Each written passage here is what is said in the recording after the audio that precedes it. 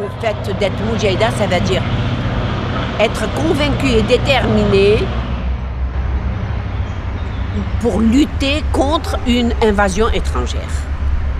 Et en vue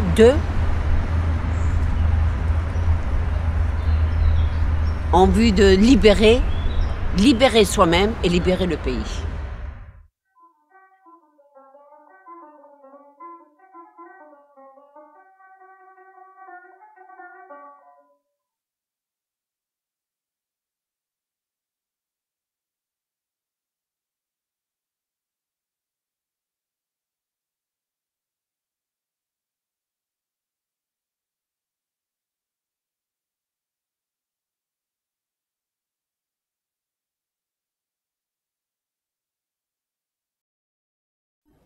L'Algérie coloniale était un pays où il y avait des différences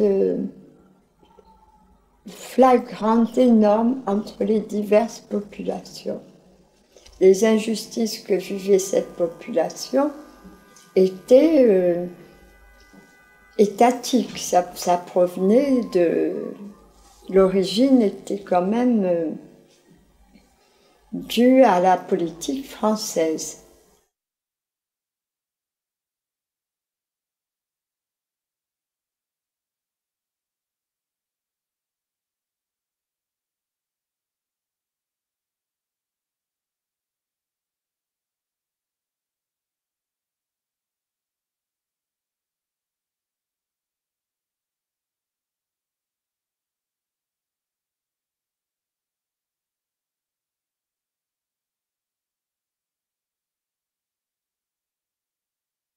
On l'a vécu comme quoi, vous, Arabes, indigènes, de côté, vous, Français, de l'autre. En plus de cela, il y avait des pancartes ici dans Alger, interdits aux Arabes et aux chiens. Il y a des pancartes. Les plages étaient interdites aux Arabes et aux chiens. Il y avait certaines plages où on ne pouvait pas. Il y avait des quartiers européens, c'était clair, net. Moi, ce qui m'a sidéré, c'est qu'on humilie des enfants. Moi, ça m'a vexé. On était des petites filles très propres. Nos parents, ils nous amenaient au bain mort et tout ça, ils nous nettoyaient, tout ça, on n'avait pas de poux ni rien. Les femmes, elles faisaient attention. Quand on arrivait à l'école, je me rappelle, elle dit, Bertin, toi, tu n'étais pas au Tagarin. C'est gravé dans ma mémoire jusqu'à ma mort. Laribi, vous avez des poux devant tous les élèves. Et moi, j'étais propre, je n'avais pas de poux. Tous les Arabes, ils ont des poux, les Arabes, ils ont des poux. Comme ça, elle faisait. Alors, c'est vexant. Même si j'avais des poux, je ne sais pas, dans le temps, mais même c'est... Alors, les Françaises, ne vous collez pas à elles.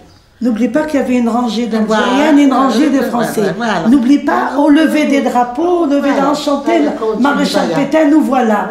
Moi, si on avait vu qu'il y avait du bon dans cette colonisation, on ne serait jamais soulevé. Donc, cette colonisation était synonyme de répression, était synonyme d'exaction, était synonyme de dépouillement de terre.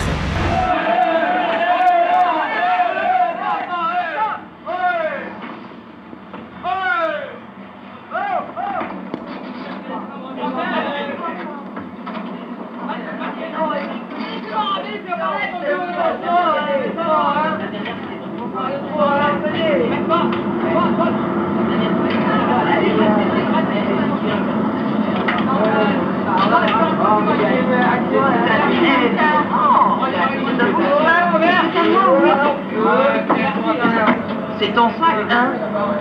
Sais-tu qui je suis? Général. Je suis un général et tu m'as manqué de respect.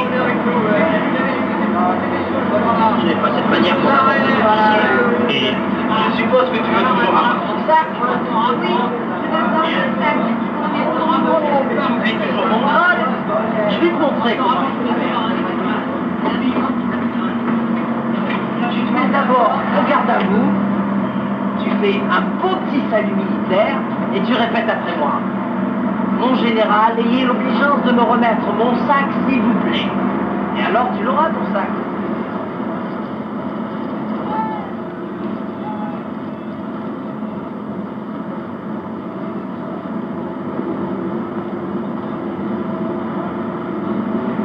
Et alors?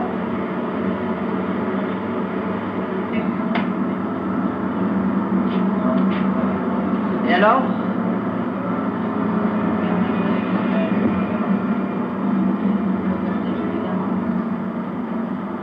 Mon général, voulez-vous avoir l'obligeance de me remettre mon sac, s'il vous plaît? Voilà qui est bien dit. Encore une dernière question. Qu'est-il si précieux dans ton sac? Mais voyons, mon général, une bombe. C'est une bombe que j'ai dans mon sac. Comme ma mère et son deuxième mari faisaient de la propagande dans les campagnes pour le PCA, je voyais les gens dans les villages. Je rentrais dans les maisons où ils habitaient. Et c'est cette différence qui m'a profondément choquée. Je ne comprenais pas comment ça pouvait être possible. Et avec ce que je comprenais de l'enseignement de mon père, je m'imaginais que bon, la guerre de libération, et on arriverait entre Algériens à construire un pays pas égalitaire, j'étais pas naïve à ce point, mais sans injustice aussi profonde. On a commencé à militer toute jeune. C'était parce qu'en 1945, c'était en 1945, quand il y a eu les émeutes de Kharaba, Guelma et tout ça, on était jeunes, nous. Et il y a eu Messal El-Hadj qui est venu, venait d'arriver de Paris. Il était exilé sur l'Algérie. Il était à Bouzaria. Et vous savez, quand on est gosse, on aime bien, on est curieux. Il y avait toute une émette, comme moi j'étais une ancienne scout, avec les enfants et tout, on est parti, c'est là que j'ai connu le drapeau algérien. Dans le temps, je ne savais pas comment c'était le drapeau algérien. Avec les enfants, j'ai pris le drapeau et on est monté de Fontaine-Fraîche à Bouzaria. On dit Tahia Shabab ya Shabab ala Isra al-Afriqiya. Toute l'Afrique, je ne sais pas comment on dit, c'est un nashid. Tahia Shabab, que vive la jeunesse algérienne, un chant nationaliste algérien. Algérien, mais international, enfin, toute la Méditerranée. Oui. Enfin, le Maghreb. Le Maghreb, tout le Maghreb. Qui était colonisé. Colonisé, voilà. On est parti comme ça. Quand je suis revenue, ma mère, j'ai reçu une tannée. Elle m'a dit, où tu as été? J'ai sorti le drapeau. Elle m'a dit, tu as sorti le drapeau, ton père, ils vont le mettre en prison. Quand il est venu, mon père, il m'a dit, pourquoi tu l'as donné des coups? Il lui a dit, elle sort le drapeau. Ils vont pas, une petite fille, ils ne vont pas l'amener en prison. Si c'est pour moi, je travaille au gouvernement général, je travaille avec eux. Ils savent nos tendances dans le temps. C'est vrai, ils savaient les tendances des Algériens. Bon, c'est comme ça. Et là, ça a commencé à démarrer. On a commencé à activer. C'est des familles. Les activités c'était des familles qui ont été touchées. Je n'ai pas été tout de suite Moudjahida. Non. C'est une transmission de grand-père à père et à enfant. Quand bien même je voulais lutter, il m'a dit, mais vous ferez votre révolution, vous êtes engagés, mais attention, la bonne cause, rigoureusement. Pas se promener, pas... Moi, je pensais que c'était un bandit la première fois ou quelque chose comme ça. C'est après, le bonhomme qui venait me chercher là, c'est là où il m'a dit, voilà, tu as fait une très bonne chose, c'est un moudjahid, maintenant on doit défendre notre pays. Il m'a fait expliquer certaines choses. Alors j'ai dit, bon, alors j'ai bien fait. Je continue, ça fait rien. Il me dit, je peux t'emmener des choses à faire passer par certains barrages dangereux. Je dis, oui, ça fait rien. Et c'est là que j'ai commencé. Mais quand la guerre éclate, tout le monde l'entend. Et progressivement, elle envahit tout le territoire algérien. Et à ce moment-là, bon, ben, les femmes, elles sont face à une situation où elles peuvent agir. Et effectivement, elles agissent.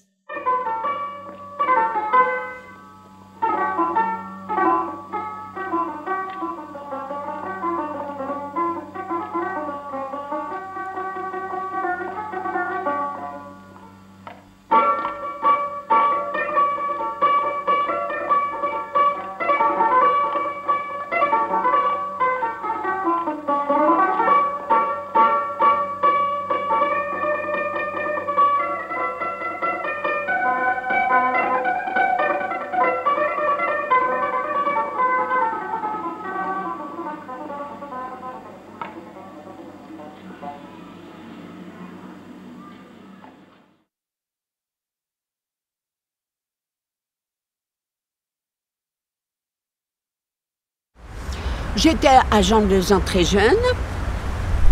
J'étais à Jean de Lezan avant 19 mai 56.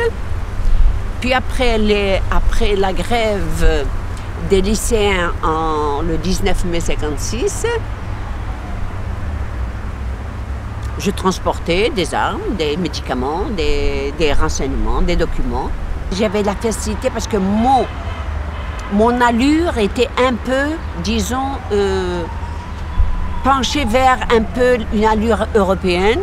Et on faisait tout pour qu'on sache que je m'appelais Louisette.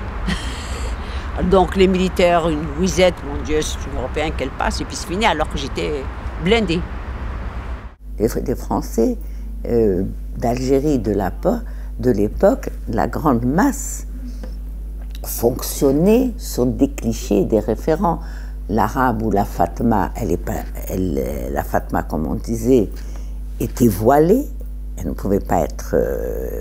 c'est vrai, les femmes portaient le voile à l'époque. C'était le signe distinctif. Hein. Deuxièmement, elles ne nous voyaient que dans les rapports qu'elles avaient avec les femmes, les rares femmes avec qui elles avaient des rapports, c'était leurs femmes de ménage. Et elles les appelaient les Fatma. Je suis entrée dans la clandestinité. J'ai été protégée et dans le groupe d'un des responsables de la zone autonome d'Alger. Sitoufir, c'est son nom de guerre. La seule femme, c'était moi, mais j'étais une gamine à l'époque. C'était en 56, j'avais 16-17 ans. Et j'assistais à toutes les réunions où on discutait des objectifs à atteindre, pas toutes peut-être, mais une grande partie. J'étais la plus jeune et je me sentais prête à militer, mais non formée, quoi. Je voyais bien que j'étais encore une enfant, pour dire la vérité, quoi. Mais tu sais, je vais te raconter une histoire qui m'est arrivée, une histoire, je ne sais pas quel terme employer.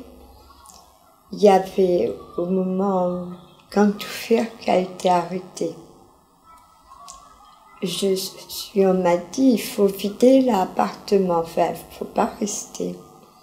Et je suis descendue dans le même immeuble, en dessous, il y avait une famille qui s'est occupée de moi durant toute cette période, la famille Orba.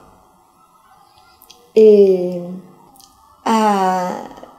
Fidaï a trouvé refuge, mais il voulait retourner à la Casbah. On m'a demandé de l'accompagner.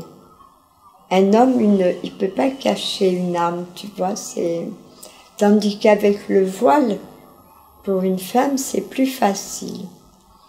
Donc, je me suis voilée et je suis partie, enfin, on m'a accroché l'arme démontée autour de la taille. Et une des femmes de la famille Orba, au moment où je partais, elle m'a mis son bébé dans les bras. Il devait avoir moi, je sais pas, près de moi. Et elle m'a dit de le garder pour me protéger. Tu vois, avec un bébé dans les bras. Et je voulais pas partir. Là, vraiment, je voulais pas le faire. Et tout le monde me disait, mais si, vas-y. Et elle me poussait. Et finalement, je suis partie. Et quand on est arrivé à la Casbah, tu vois, c'était des barrages établis par des militaires français. Ils avaient un appareil qu'on appelait la poêle pour voir si on avait des armes ou pas. Alors, moi, je pleurais. J'avais peur. J'arrivais plus même à marcher. J'avais vraiment peur. Et le militant qui était avec moi, il a dit, le bébé est malade. Et le militaire m'a dit, allez, passe vite. Et voilà, il est parti avec son âme et je suis revenue avec le bébé. Mais enfin, ça vraiment, j'aurais pas voulu faire ça, tu vois. Mais cette femme, bon, elle n'est pas militante. Mais pour moi, je trouve qu'elle a eu un acte de militantisme absolument exceptionnel. J'aurais pas eu le courage de faire ça. Et finalement, même la définition de militant n'est pas toujours aussi évidente que ça, tu vois. Bon, je te raconte pas le bonheur quand je suis revenue toute seule avec le bébé. Il s'appelait Omar Okba, le bébé. Il cherchait des gens efficaces. Hein? Et c'est nous qui nous sommes manifestés. Je veux dire qu'on ne nous a pas cherchés, c'est nous qui avons cherché. سيد أحمد ماذا بك تفهمني في الخدمة ديالي؟ ماشي يضرك يماك وحدها ريحي معها أيامات ومن بعد شي سهل. ما نقدرش وما عنديش الوقت باه نريح. خوتنا راهم يطيحوا كل يوم وفي كل وقت. العمالة هذه صعيبة بزاف. ما يشكي الشي اللي قمت به حتى لدرك. غلطة صغيرة تبدل كل شيء. يلزمك اللي يلزم ماشي الولد ولكن الإيمان.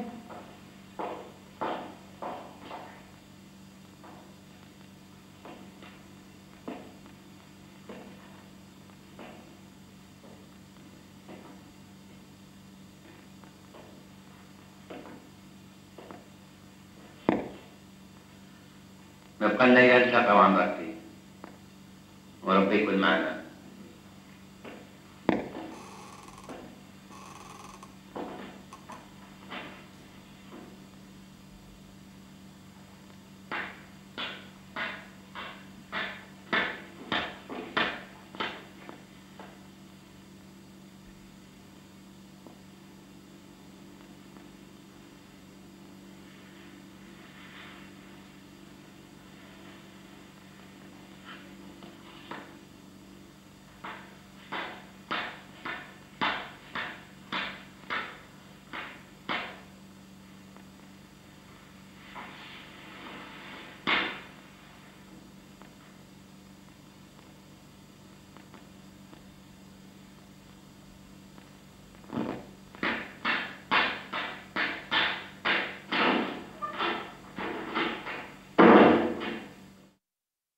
Pendant la bataille d'Alger, Alger a été remis au pouvoir militaire, c'est-à-dire que l'État français a accepté que tous les pouvoirs civils soient retirés. Et Alger dépendait de l'armée. La France était, je ne sais pas, la troisième puissance militaire à l'époque, ou la quatrième enfin. Et face à eux, il y avait des petits groupes de combattants qui étaient mal armés, qui n'étaient pas formés et qui arrivaient difficilement à prouver leur existence. On savait bien, même moi, qu'ils n'allaient pas battre l'armée française. Le gros problème était de savoir si on pouvait accepter les victimes civiles ou pas. Ils revenaient d'Indochine. Et j'entendais, effectivement, Alger ne sera jamais Dien Bien Phu.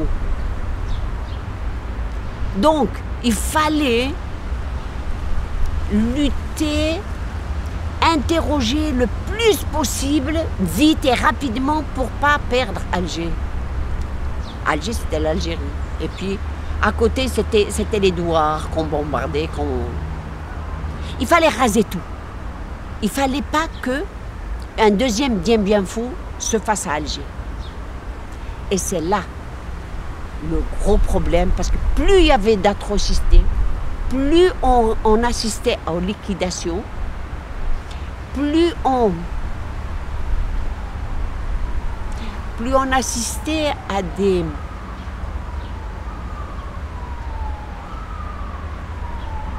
C'est dur.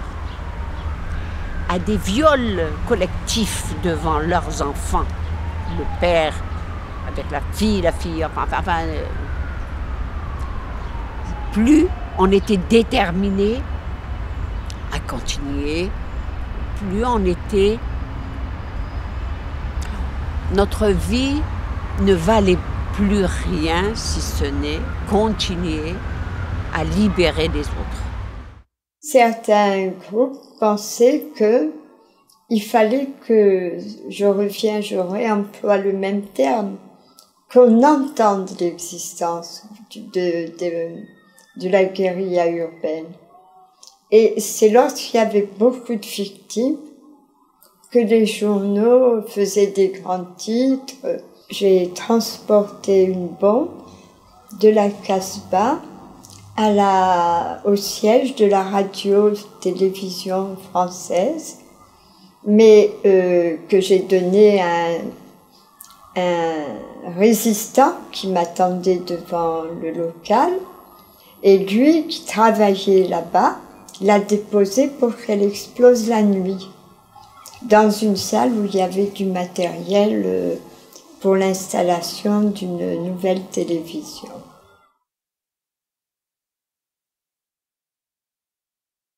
Youssef Saadi voulait qu'à chaque exécution, il y ait une réponse du FLN à Hélène. Donc, ils essayaient qu'après les exécutions, il y ait un attentat. On en discutait effectivement, par exemple, les bombes dans les stades. Elles ont tué autant d'Algériens, je crois, que de Français. Et dans les stades, c'est pas la population la plus riche. Enfin, tu vois, c'est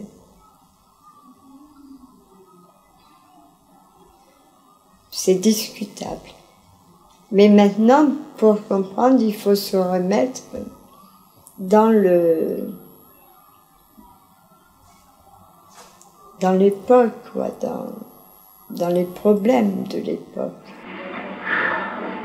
Alors ça va? Non. On a des pépins avec la Renéo. Enfin, j'ai envoyé Maurice. Georges va s'en occuper. Quelles sont les instructions? Du travail ce soir. Les instructions tout à l'heure. Pas dur. Il y a autre chose à faire pour l'instant. Il faut que tu ailles récupérer une arme.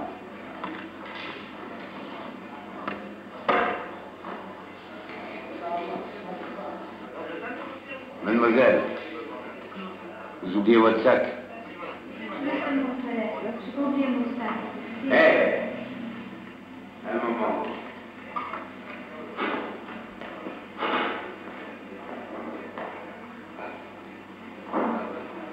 Tu, Fatma?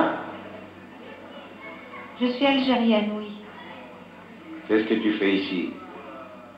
J'attends monsieur Jean Bocelli. Jean Bocelli? Ah, tu veux dire Jeannot le prof? Oui, je crois que c'est Monsieur Jeannot, comme vous dites. Et c'est pour quoi faire? C'est assez personnel. Ma cousine était bonne chez lui et elle m'a chargée d'une commission. Il n'est pas là depuis 15 jours. En vacances. En Suisse. Je ne savais pas. Je vous remercie. Hé, une minute. J'ai pas fini.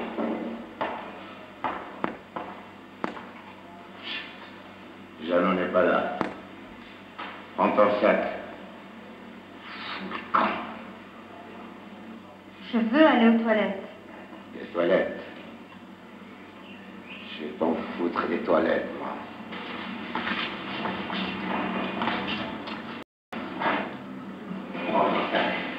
Prends-le.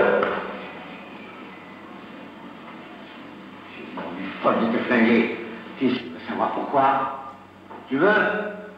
Viens, je vais te montrer.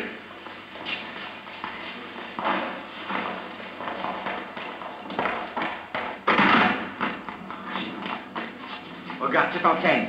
C'est chez François que tu es. Chez François, tu comprends? Ce n'est pas chez moi, mais d'où chez Ali. Il ne t'avise plus à mettre les pieds ici. Compris? La prochaine fois, c'est dehors que tu attendras Jeannot. Dehors, c'est là ta place, c'est celle de tous les bicots. Allez, fous le camp.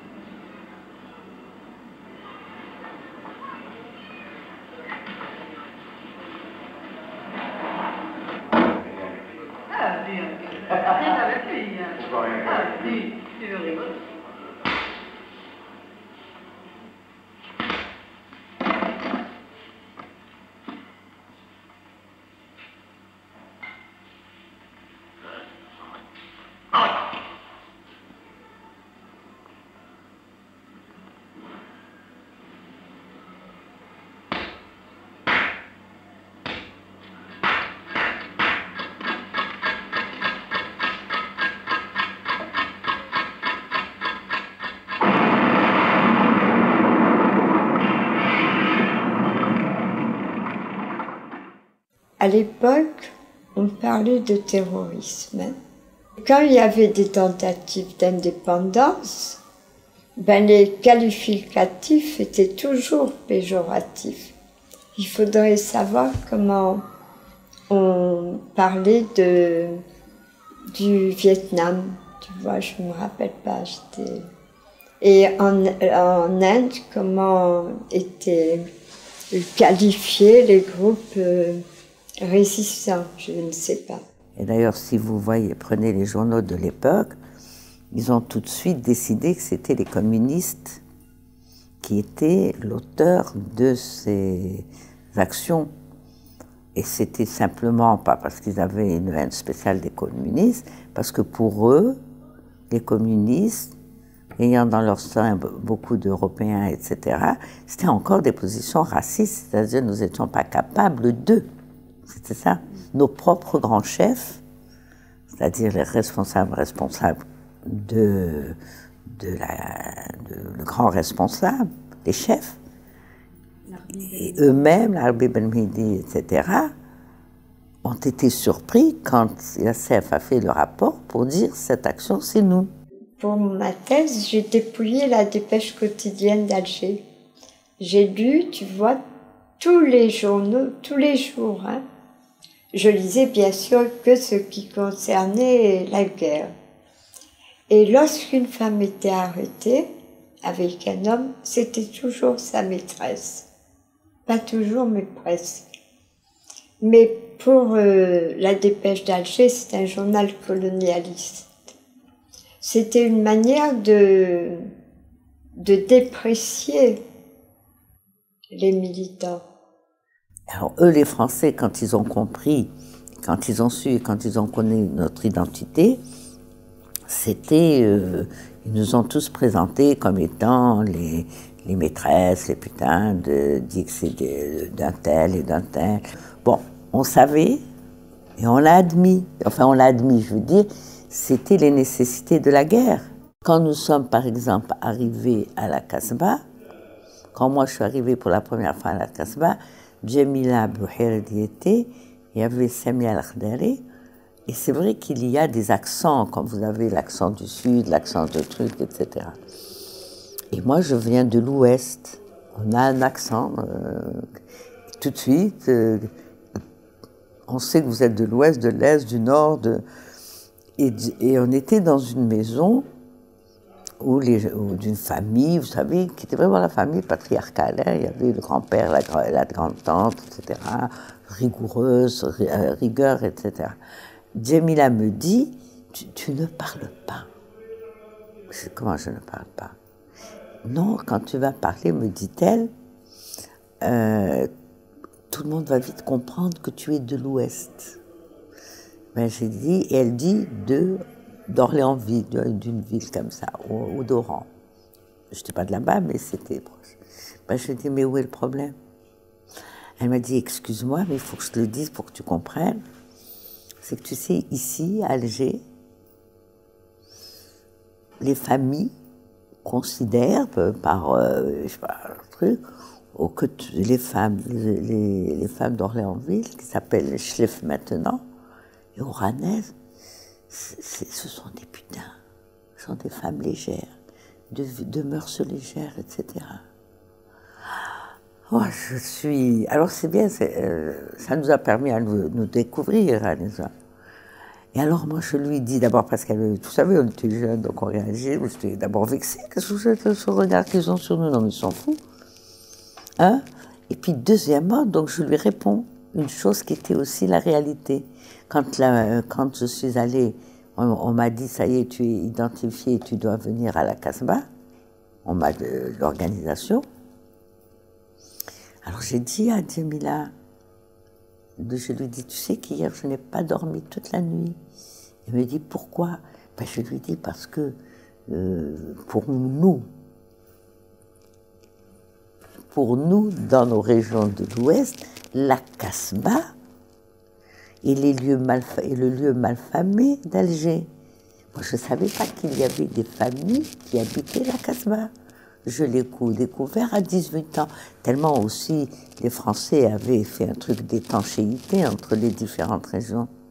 Je lui dis, tu sais qu'hier je n'ai pas dormi en me disant, mon Dieu, demain je vais dormir où? Pour moi, il n'y avait que des maisons closes, que des trucs. La Casbah, c'est ça pour nous en Oranie, je lui dis. Bah, elle m'a dit, on est quitte. Et ça a été pour nous aussi, c'était bien, c'est pendant cette période qu'il y a eu un brassage entre les différentes régions, que plein de préjugés, de trucs qui étaient jetés pour diviser, pas laisser ce peuple se rencontrer, ont été levés.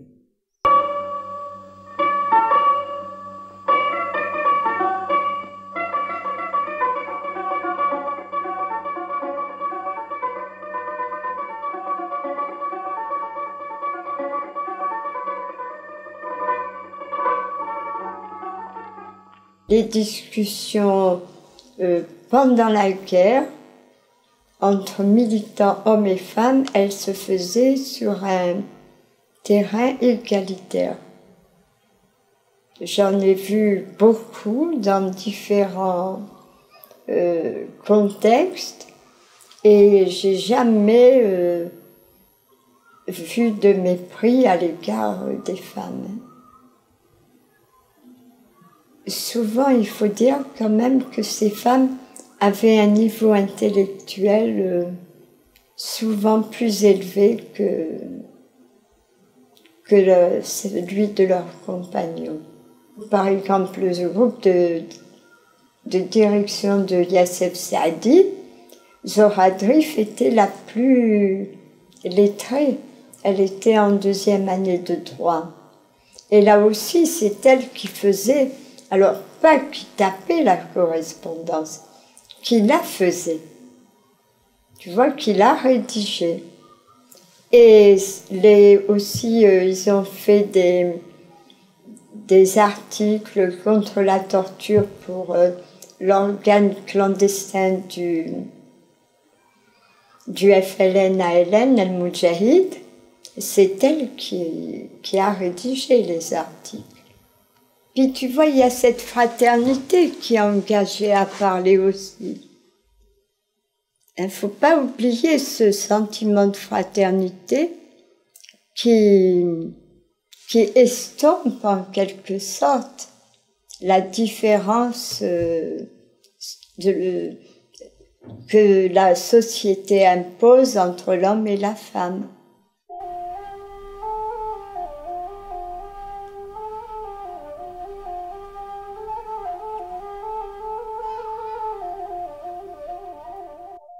Pendant la guerre, les premiers maquis ont été pris en charge du point de vue alimentaire, tout ça, entièrement par les femmes des villages. Et dans certaines régions, ils étaient hébergés dans les villages, carrément dans les maisons. Tu vois, les femmes laissaient une maison ou deux, elles apportaient de quoi faire des lits côte à côte et ces espaces étaient laissés aux maquisards. Dans certains cas, elles aidaient même à faire le quai. Toutes ces femmes-là, elles n'ont pas été reconnues comme moudjahidettes. N'est reconnue comme moudjahida que celle qui est reconnue par le FLN et l'ALN. Donc, par exemple, dans un village, il y a une femme qui est responsable de l'hébergement. Ce sera une ancienne moudjahida, puisqu'elle a organisé. Mais toutes les autres qui ont reçu les maquisards, ben, elles ne sont pas moudjahidettes.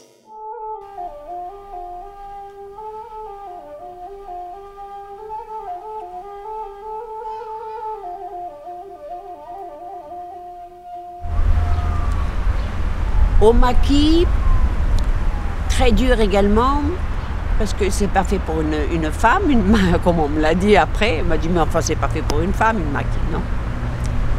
C'est pas vrai, c'est pas vrai. On attendait d'être contacté parce que on entendait, les gens entendaient entre nous le téléphone arabe chez nous. Ça sert qu'on n'a pas besoin de journal parce que les journaux français, Algérie républicaine, l'Écho d'Alger, tout ça, ils racontaient ce que les Français, c'est vrai, on a arrêté un groupe de terroristes de Félaga, de tueurs, des grandes routes qui ont été décimés. Nous, on entendait ça et puis ça a pris très vite de l'ampleur, surtout le territoire national. Le premier appel du FLN pour les étudiants qui devaient rejoindre les maquis, parce qu'il y avait beaucoup de morts et surtout les populations devaient aider sur le plan psychologique, les aider, leur dire ce qui se passe, leur expliquer ce que c'était que nous, venant des villes, on était, disons, plus aptes à expliquer aux femmes des pays kabyles. Le maquis a incité, demandé à ces infirmières, lorsqu'elles terminaient leurs études, de prendre le maquis. Et la promotion de soit 56, 57, je ne me rappelle pas exactement, toute la promotion a pris le maquis. Et la France a fermé l'école.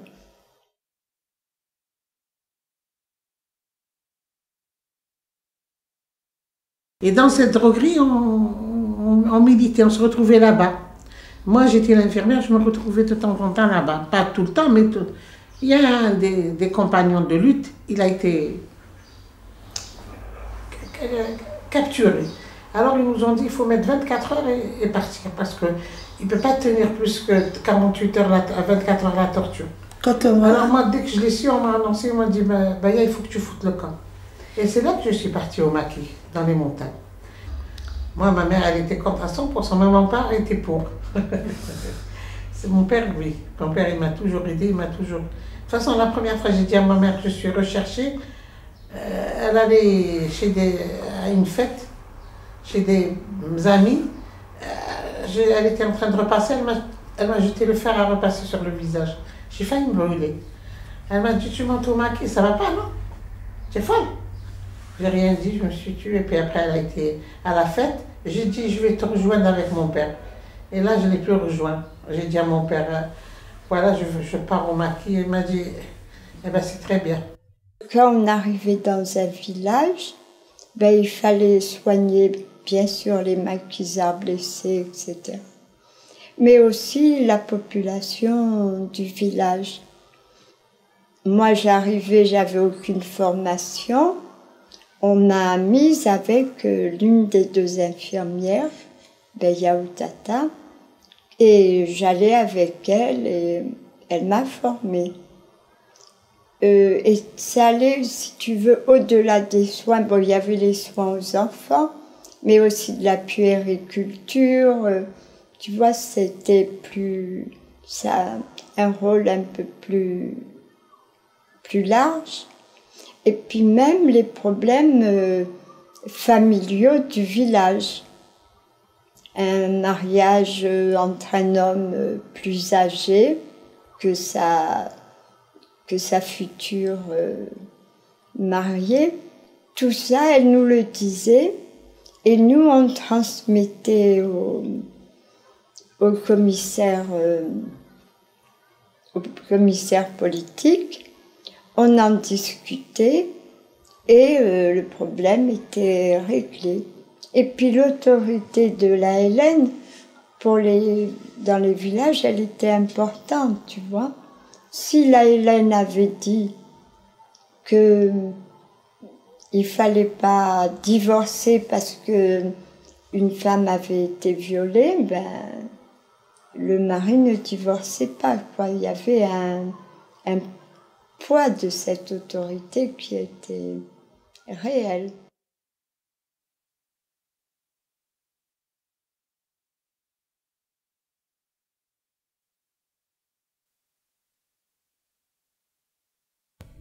Je vous raconte une chose. Ça s'est passé au-dessus d'Elxor. J'étais, moi, Hamid, justement,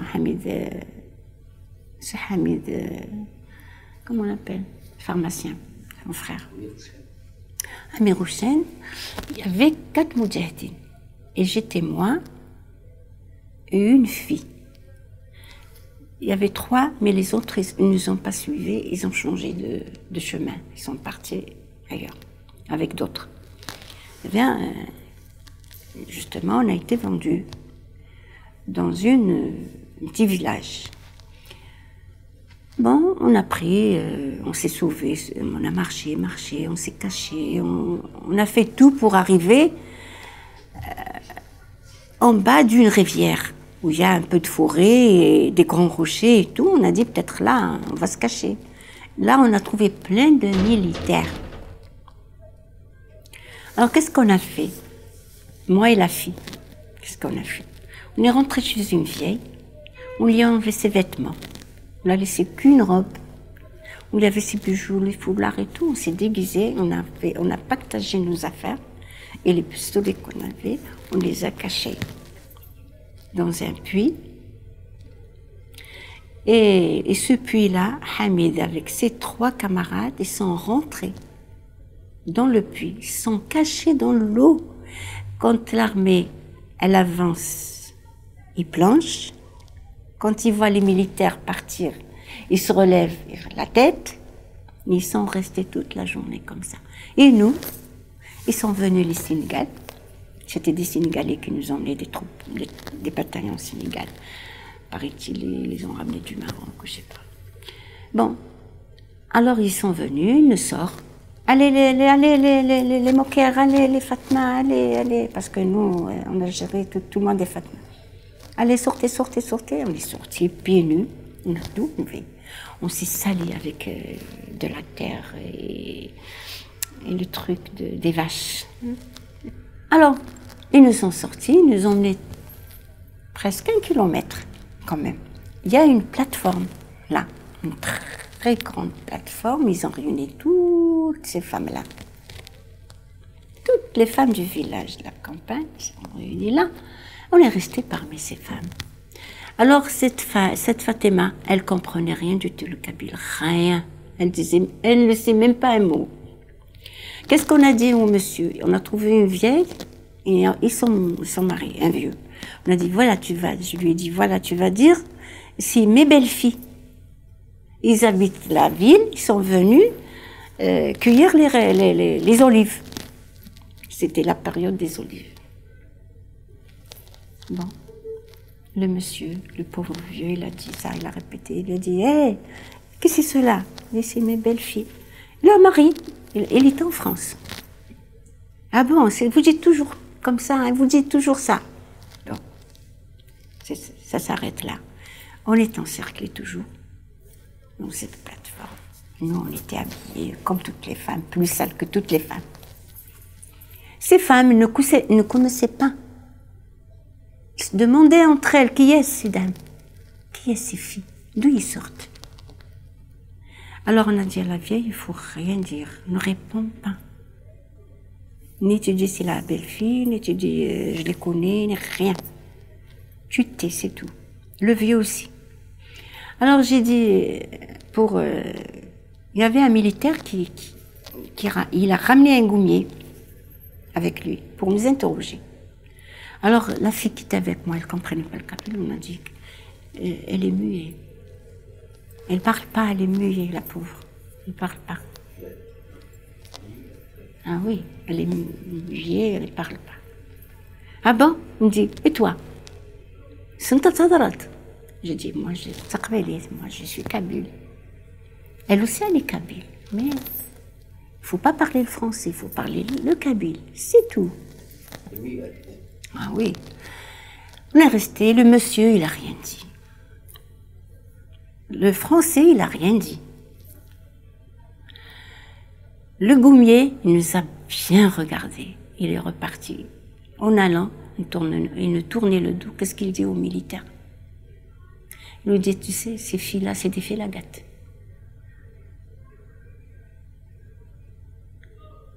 Alors Fatima, elle me fait, je dis, tais-toi, calme-toi.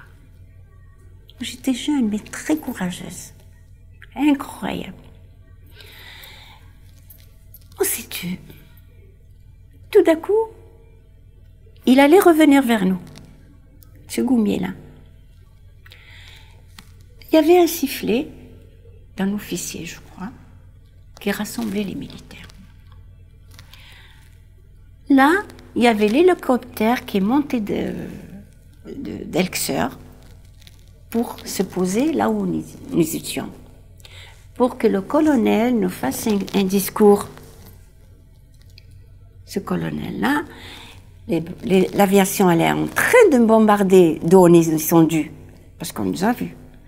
Elle est en train, on voit les bombes descendre, des milliers de bombes sur ces montagnes, ces rivières. Nous, on était assis là. Alors, elle me fait Fatima, comme ça. Je dis non, il ne faut pas bouger, laisse-toi aller. Faut pas, je n'ai même pas le droit de la regarder, hein, parce que si je la regarde, je tire l'attention des autres. On est resté. Alors là, il siffle, il ramasse et il réunit tous les militaires, même les goumiers. Et j'ai dit, tu as vu, ça y est, je crois que ça y est, hein. Ils vont partir. Il me dit, je pense pas. On voit le colonel descendre, son hélicoptère. Il nous a fait un grand discours.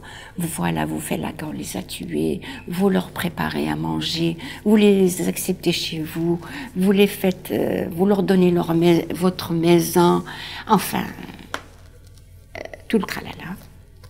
Voilà, maintenant, si vous voyez quelqu'un, on les a tous tués, regardez les avions, ils sont en train de bombarder. Maintenant, s'il y a quelqu'un, venez le dire, le signaler. Alors les gens disent, oui, oui, bien sûr. Voilà.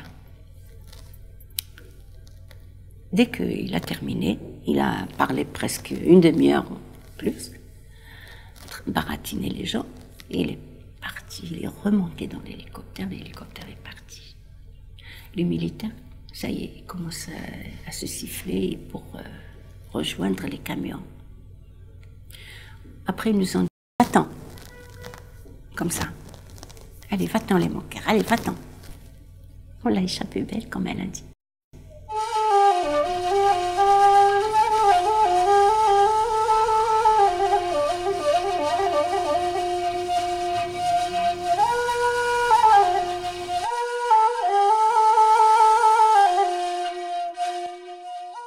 Les secteurs sanitaires n'étaient pas des groupes d'attaquants militaires.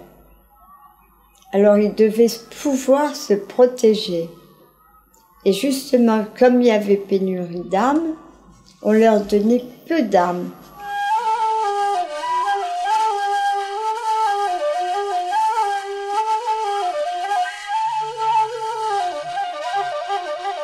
Quand on ouvrait, c'est-à-dire quand on décidait une bataille,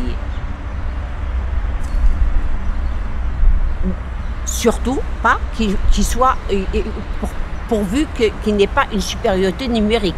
Quand il y a supériorité numérique de nos adversaires, on n'ouvrait pas le combat.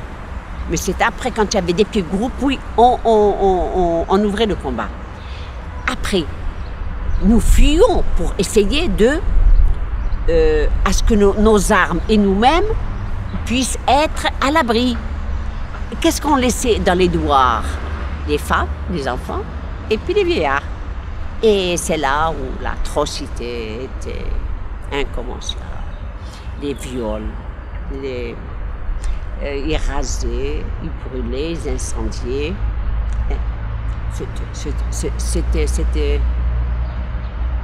C'était l'enfer. Moi, j'ai vécu dans les maquis, j'ai vu ce qu'ils ont fait. Parce que j'ai vécu, j'étais des fois habillée en civil, je me déguisais. J'avais une tenue de combat, mais je me déguisais en tant que truc. Et je voyais des innocents, des enfants, des petites femmes, elles n'ont rien, illettrées, elles ne parlent pas. Ils rentrent, ils l'attrapent, ils la tabassent, ils lui donnent des coups, lui enlèvent où sont les felagas. Elle n'est même pas concernée. Elle n'est même pas concernée, elle ne sait pas. Elle ne sait pas où elle est, la pauvre. C'est pour ça que les Français, ils ont fait trop de mal et c'est pour ça qu'ils ont voulu gagner, ils ont perdu. Non, quand ils sont arrivés, ils ont massacré tout le monde. Ils auraient pu y aller gentiment, calmement.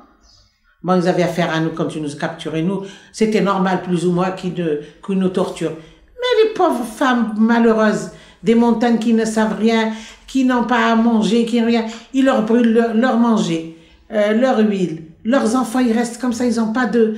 Ils leur donnent de l'eau. Ils n'ont même pas d'oublier. Ils n'ont même pas de... Le peu de trucs qu'ils trouvent, ils le brûlent. Qu'est-ce que c'est ça? Ils mélangeaient surtout avec du pétrole. Parce qu'il y avait le... Ils disent, voilà, quand les felagas vont venir manger, ils ne le mangeront pas. En brûle tout. Non, il y a eu beaucoup de tortures. Beaucoup de tortures ont été... Ils vont dire qu'il y avait aussi le FLN et tout ça. Mais le FLN, il revendiquait quand même son indépendance et... C'était pas la même option. Exactement. Et eux, ils voulaient une Algérie française. J'ai été torturée. Ils m'ont mis dans des cachots. Et un jour, ils ont voulu me reprendre pour être avec eux. Je suis arrivée dans une très belle villa. Ils avaient de très jolis vêtements. Je me rappelle, c'était des culottes polichinelles. Ah oui. D'accord. Et des petits bustiers, comme ça. Et elle est venue, elles se sont présentées, Madame Massu, Madame Bijard, je me rappelle. Et on voudrait, votre père, il a travaillé, il était plantant chez nous au GG, et vous êtes instruite, vous avez fait l'école Croix-Rouge, et vous avez fait tout ça. Et là, elles m'ont dit, bon, il y a eu des erreurs ou quoi, on voudrait que vous soyez avec nous, comme mademoiselle Sidkara. Sidkara. Dans les bureaux qu'on appelait les SAS, les bureaux psychologiques, lavage de cerveau, pour qu'eux ramènent d'autres Algériens, écoutez, le FLN syrien, c'est zéro, effectivement c'est des félagas, c'est des tueurs, il vaut mieux être avec l'armée française. Voilà. Alors elles m'ont dit ça. Alors j'ai répondu, je leur ai dit, Madame Sidkara, elle a trouvé son camp, elle est partie dans ce camp. Elles m'ont dit, et pourquoi vous ne voulez pas? J'ai dit, moi, je suis montée, je ne suis pas endoctrinée. Je suis montée pour l'indépendance de l'Algérie. Il reste un Algérien, on aura notre indépendance. Est-ce que vous avez accepté les Allemands, Madame Massu, Madame Bija? Elles sont restées sidérées. Et après, ils m'ont ramené. C'est là qu'ils m'ont encore... Ah, ça, c'est gravé. Au Maquis, j'ai été arrêtée au cours d'un accrochage et j'ai été en prison. En Algérie, les condamnés à mort étaient guillotinés, je crois, dans les prisons de Constantine, Oran et Alger. Celles qui ont témoigné, c'est le souvenir le plus terrible.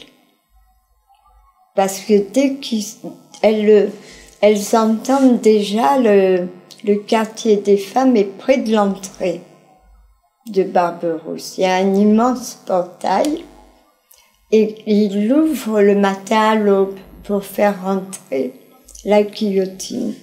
Ils en avaient une seule pour toute l'Algérie et les condamnés à mort ne savaient pas qui allait. Tu vois, ils ouvraient les portes et ils les prenaient sans les avoir prévenus. À ce moment-là, toute la prison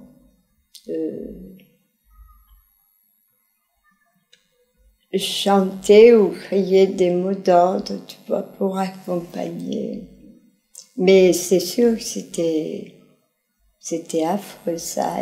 Elles en gardent toutes.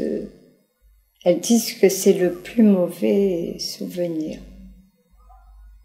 Moi, j'y ai échappé.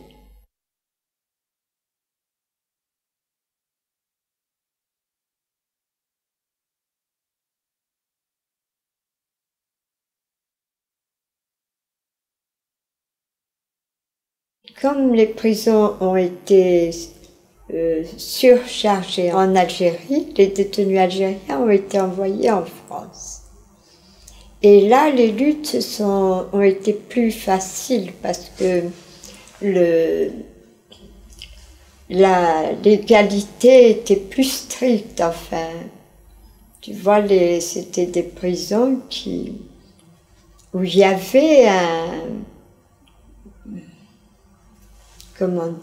il y avait un état de droit qui existait.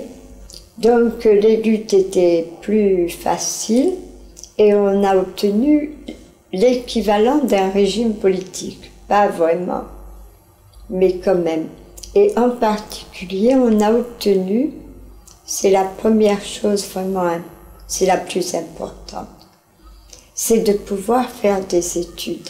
Les prisons de femmes, je pense, ont été plus vivables que chez les hommes.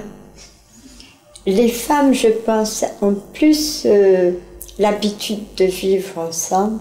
C'est peut-être en prison qu'on en a le plus parlé, de la condition de la femme. Quand même, parce que la prison, c'est vraiment un lieu de rencontre. Et toutes celles qui étaient en prison, c'est certain, elles étaient à fond pour l'égalité de l'homme et de la femme. Il y en a certaines qui évoquaient déjà le code de la famille, la nécessité de faire des associations. C'était plutôt les anciennes militantes, voire celles les plus âgées. Mais bon, c'était pas notre objectif immédiat, quoi. On le repoussait après l'indépendance. À Pau, là où je suis restée le plus longtemps, on était une quarantaine. On se connaissait très bien et il n'y a jamais eu de régionalisme ou de lutte politique. Et je te donne un exemple. En général, là où tu as des détenus politiques, tu as un responsable ou un groupe de responsables qui organise la prison. Et alors nous, on faisait tout en commun. S'il y avait une décision à prendre, on se réunissait toutes et on discutait. Et le FLN nous avait demandé d'élire une responsable pour que s'il ait des consignes à nous donner, il sache à qui s'adresser, tu vois. C'est par l'intermédiaire des avocats, généralement, que se font ce genre de liaison, mais il voulait absolument qu'on ait une responsable et on a refusé. Alors ils nous ont donné d'avoir... à la fin, ils ont même exigé que ce soit, je ne sais plus, Zora Dreyf ou Jamila Bouhired, je ne me rappelle pas, qui soit responsable, mais on a refusé. Elle aussi refusait, elle n'était pas d'accord, tu vois.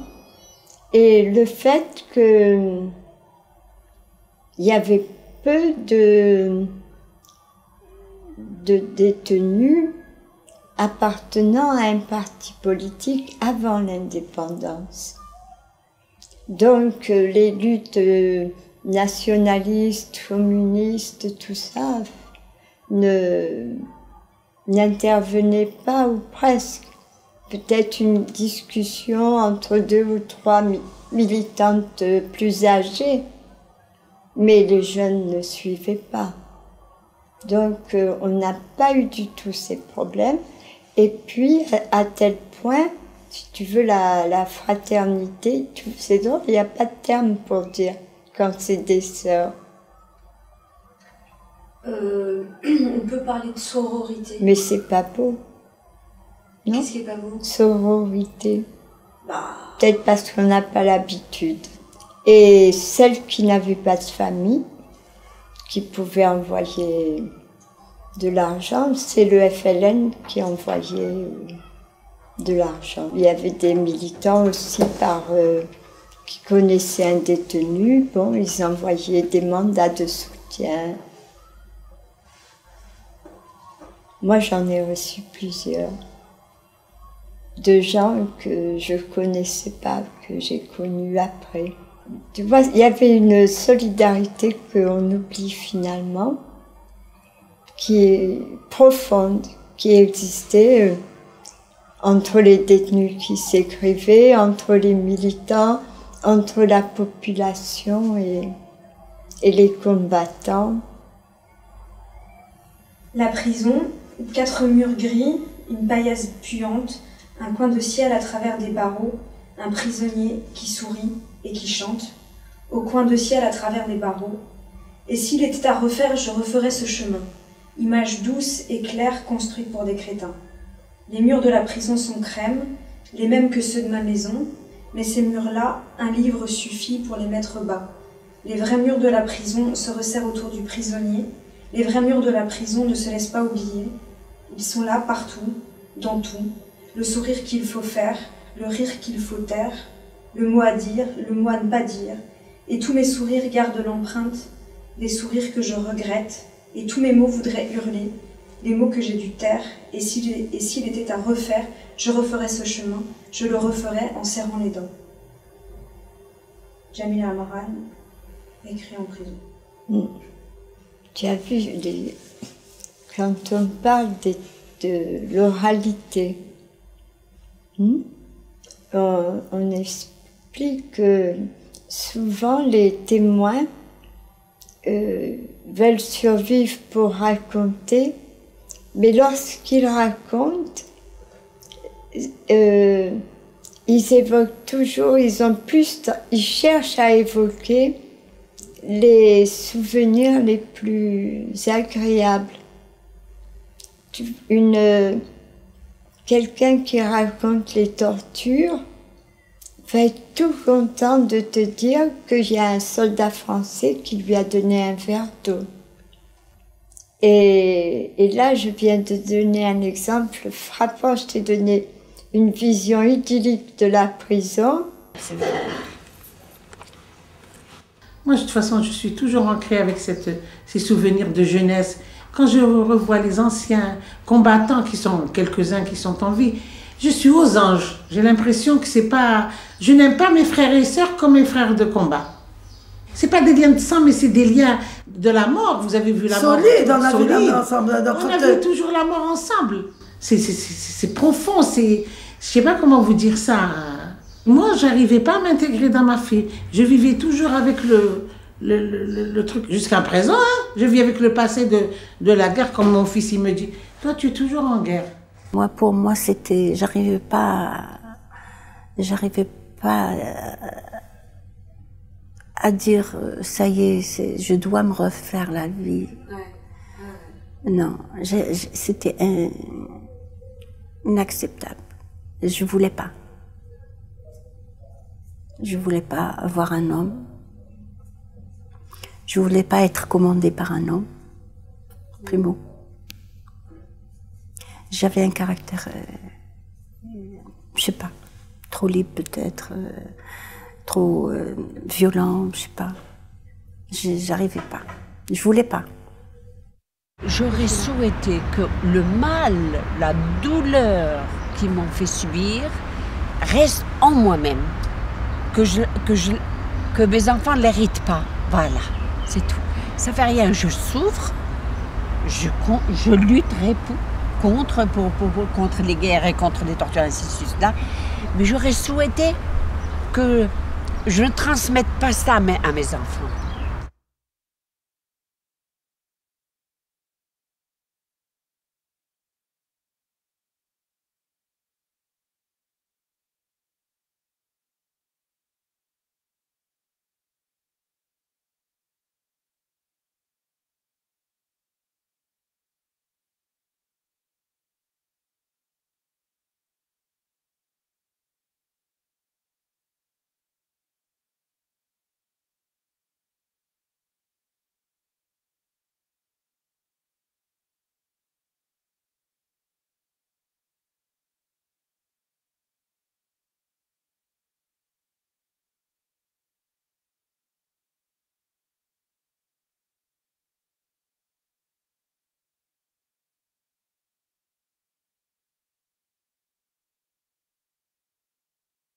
Notre force, elle n'était ni dans les armes, elle n'était pas dans des structures qui étaient fortes.